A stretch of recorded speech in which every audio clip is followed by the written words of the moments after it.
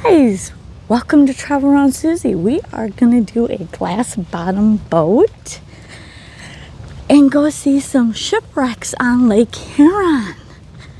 And I believe that's the boat we're going to get on. So, make sure that you keep an eye out for what we get to see.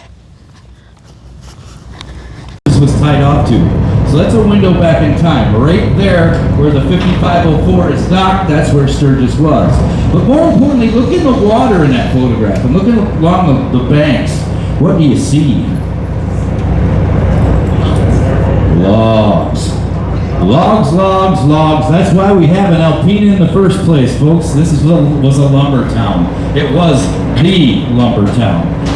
If you look, actually, as we continue down the river, you're going to see what looks like dead trees sticking out of the water.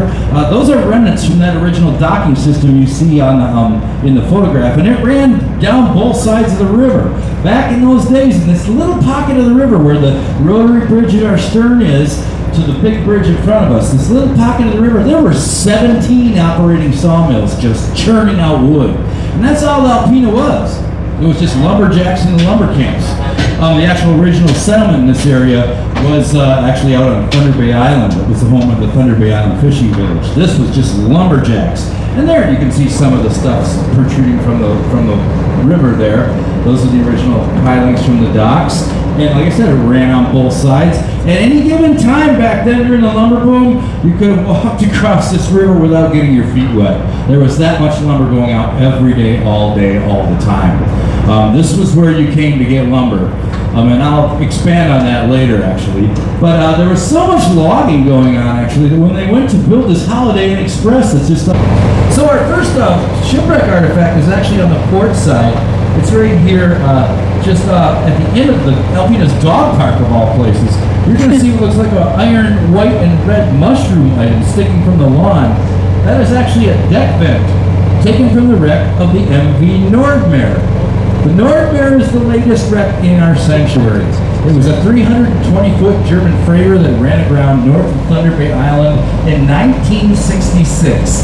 That's our last official wreck. Now that freighter actually, it was their very first time on the Great Lakes. German flag vessel. They didn't have, any help.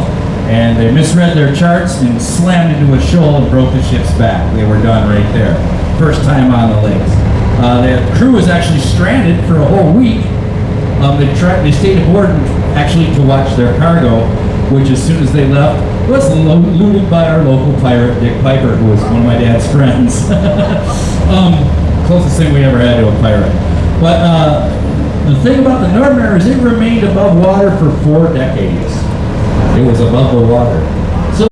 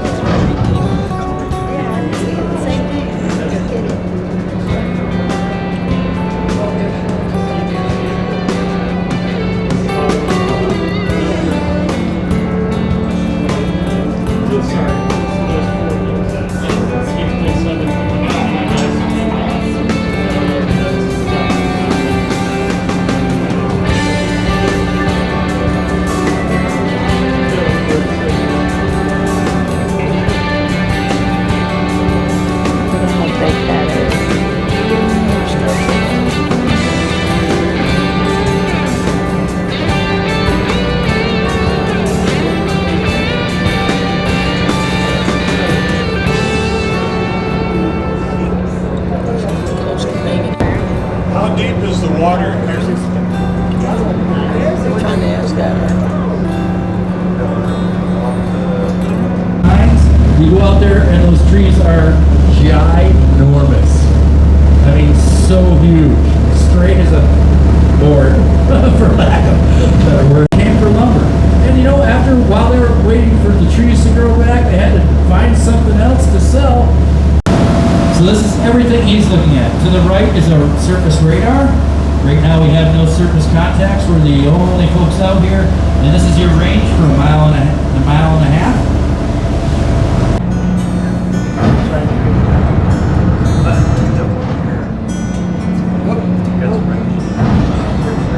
Jump coming. There we go.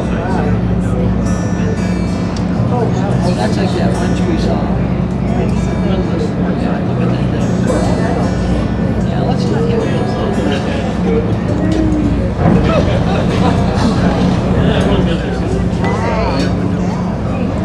I'd love to get to your back over stuff on Lake Huron.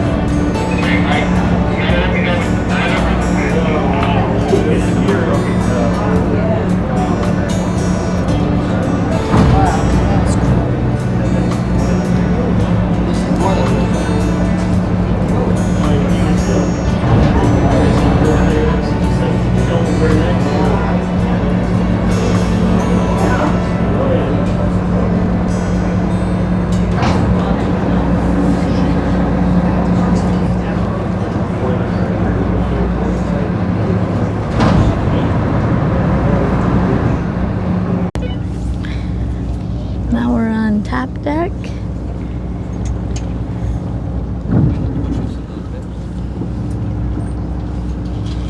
Is it hot out yet? Hot out?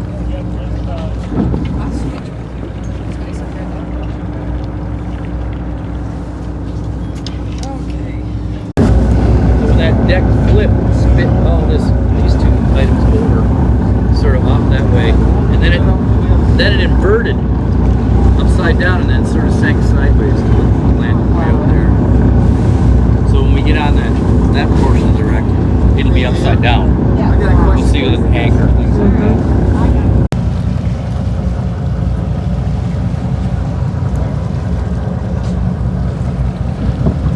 So this next section is the crane with this clam bucket that actually used to scoop up the gravel. This crane section is pretty shallow.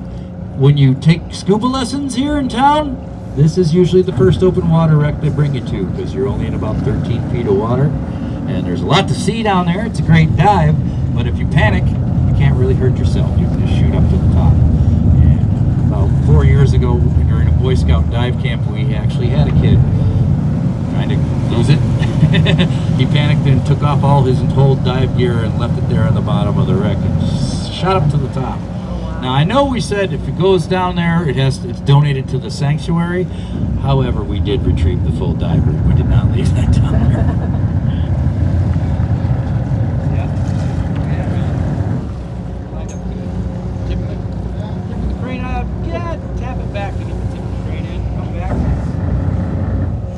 Look at how tall. Yeah, I see.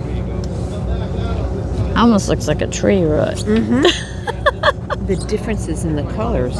Yeah.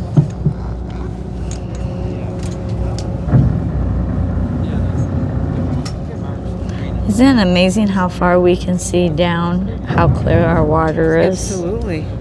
I'm wondering where the fish are. Have you seen a single fish? Not with the boat moving. Yeah. They're scared. You think so? Mm-hmm. Yeah. Yeah, they're scared of propellers. Oh, look. Yeah. All right in there.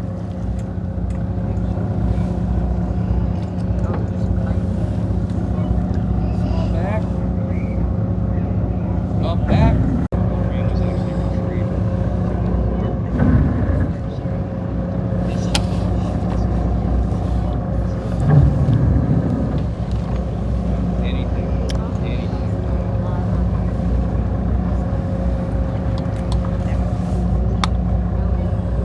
That's pretty amazing.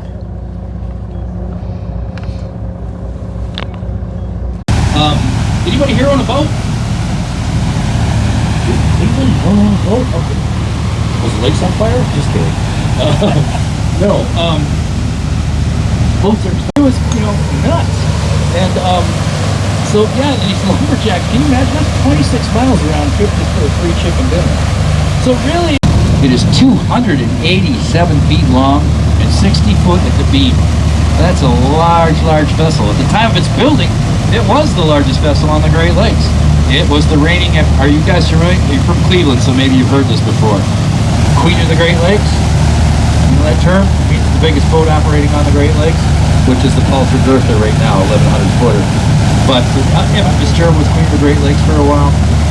This was, when it was built, James Davidson, the ship owner and builder, wanted to make a Titanic kind of statement. I will build the biggest boat. It will be incredible.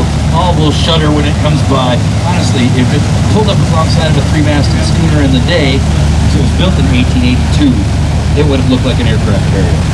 It still is so big. It was actually originally built under a different name. It was called the George Hadley. Sailors had a completely different name for it. Sailors called it the Hoodoo Ship. It was cursed. Before it ever hit the water, it killed 2 men while it was being constructed. A carpenter fell down a hatch and broke his neck, and another man was crushed beneath it while it was being built. If you know sailors, it doesn't take much to get them off of anything. They're pretty superstitious folk. So this had bad mojo before it ever hit the water. Then it worked in Lake Superior for 3 years. It was involved in a horrible collision off Duluth with a whaleback, Thomas Wilson. If you know what a whaleback is, it was a type of freighter. It almost looks like a submarine, very rounded. Well, the Hadley went right over the top of it, killed 9 men, and sank. Luckily, the captain was able to come shallow and retrieve it. So they brought it back up and they fixed it. And it went back to work. And 3 years later after that, it had a horrible fire on board that killed 5 more men. And it sank again. And because the Hadley made a lot of money, it could outhaul anything. So the owner brought her back up and fixed it again. And this time when he got ready to go, guess what? Not a single sailor would touch it. No one would go near it. How many guys died? How many times did it sink? Nobody would go near it. So what do you do with this gigantic boat that you spent a lot of money bringing back up several times? It makes money when you haul. You want to get it to work. What do? You tow it out of Lake Superior and you bring it down to Saginaw, Michigan. You slap a new coat of paint on it and you change the name to the William P. Wren. Ta-da! Brand new boat, right? They'll never guess. And it's true, it operated in the lower lakes without a single incident for several years, till it came here. It came here in 1917 and loaded with limestone at our old quarry dock, which is in the far right of this berm right here. Came out 400 feet, excuse me. And they loaded it, well, they overloaded it. And they loaded it off balance. So the second they cast off, she listed right over to under a port side, was running on her gunnel. Didn't kill anybody this time because everybody just jumped off back on the dock like, okay, bye, good luck, guys. A couple guys stayed aboard to try to turn it, and it didn't work. She just sank.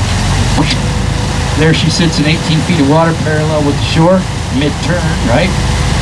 And they left it there. This time James Davidson says, boy, I love that boat, but you know what? Leave it. I don't care anymore. He didn't even spend the money to pull the limestone out of it. The limestone is still in it.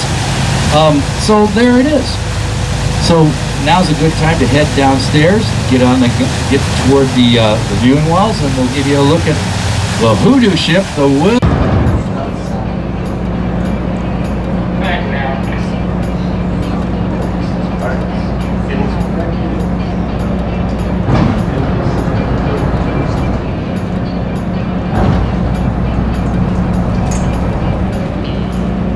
Oh, wow.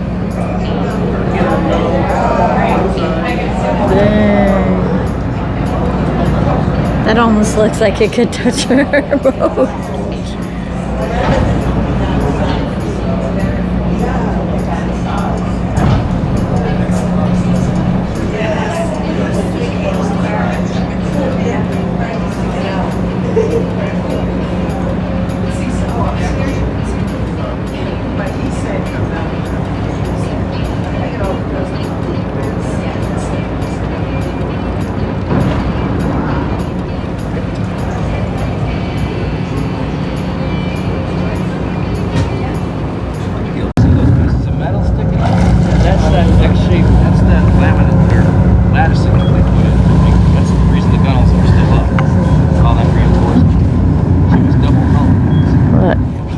All the way out there's okay there. That is crazy. You can see this beam that held the deck up. The deck was on top of that.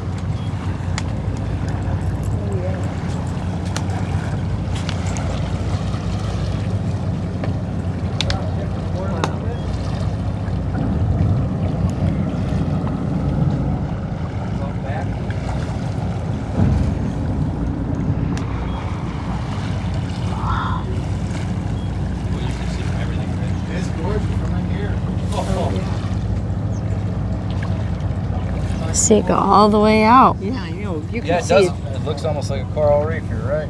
You can see it. Good idea of the scope of this wreck, how big it is, just from seeing it up here. It's pretty amazing today.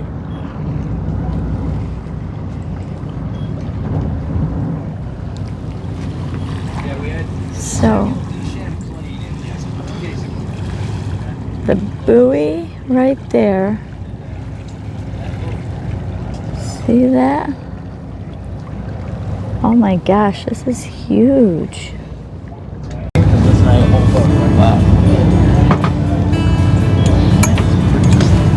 Oh, wow, wow. Yes. You can see it on that side. Yeah, I know. I see it right there. I haven't seen this since this is first year. Look at the outer side here.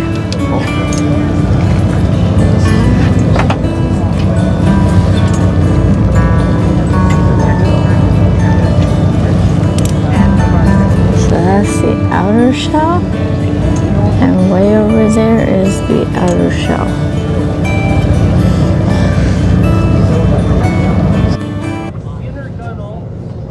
Okay, buddy, we're out of here. We're heading back to the top. This is the outer oven. Yeah, there's her boiler. The boiler is that flavor spot, probably about Probably 50 the best yards trip out. this year, right there. Oh my gosh. This is the best visibility on this wreck all year, without a doubt. You can see everything from up here. That's amazing. Really, Take the good day. I love it when that wreck is like that because you get to see just how big of a boat it was. Yeah.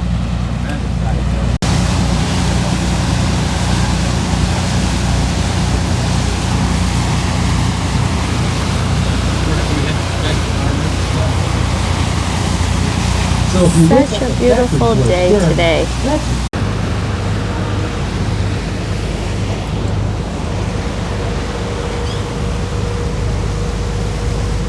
So now we are officially back in. Congratulations, everyone. You have survived Shipwreck Alley. Give yourself a...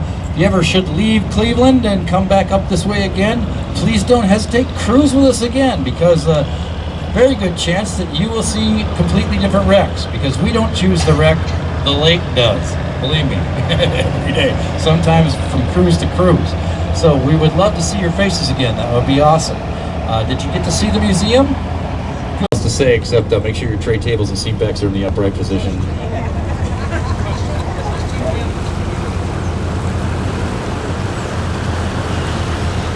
I get this question a lot. What are they going to do with it? It's strange because it's long past any time to claim any value, right? I think it's just sort of a name thing.